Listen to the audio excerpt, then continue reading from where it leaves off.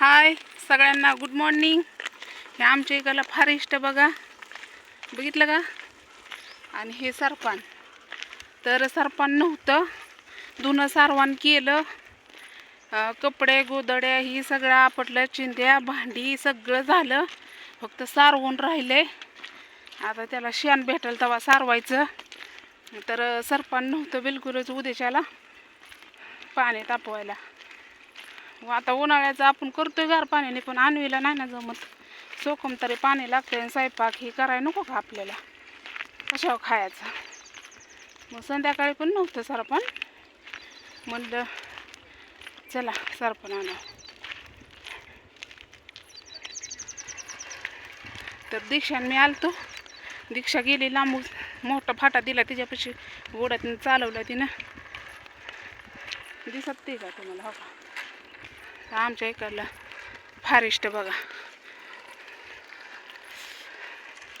लय ताटलाय जीव, पण आता इलाज नाही, अन्न खायला लागतंय, बरोबर आहे का नाही? त्यासाठी पोटा पाण्यासाठी करावं लागतंय.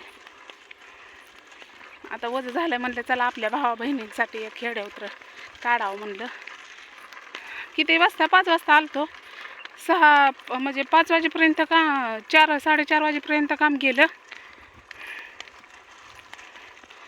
सकाळ पहाट 5 वाजल्यापासून पाणी हिरीचं शेंदून आणून, म्हणजे आड आहे ना आमच्या इथं, शेंदायचं आणायचं, धुईचं, गोधड्या चिंध्या नाही नाही म्हणलं तर मरणाचं निघतं, एकल्या माणसाचं सुद्धा खंडीभर निघतंय. मग काय तर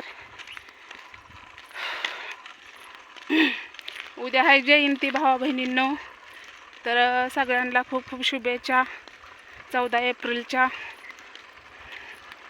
तर आता म्हणलं 2 दिवस पाहुणं रावळं यायचं आपल्या इथं, पाहुणं रावळं यायचं, मग सरपानं नको का आपण कुठं पळायचं जत्राचं सरपणाला.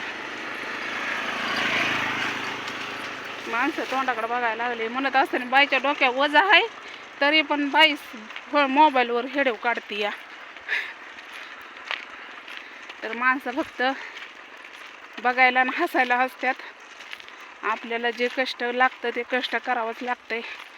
खायला म्हणा, सरपण म्हणा, सगळं कष्टच आहे, बरोबर आहे का नाही? तर चला, हात लय अवघडला, ही वरचा पण हात अवघडला ना, मोबाईल धरलेला पण हात अवघडला. तर हेड्या आवडला असला तर नक्कीच लाईक करायला विसरू नका भावा बहिणींना. बाय सगळ्यांना.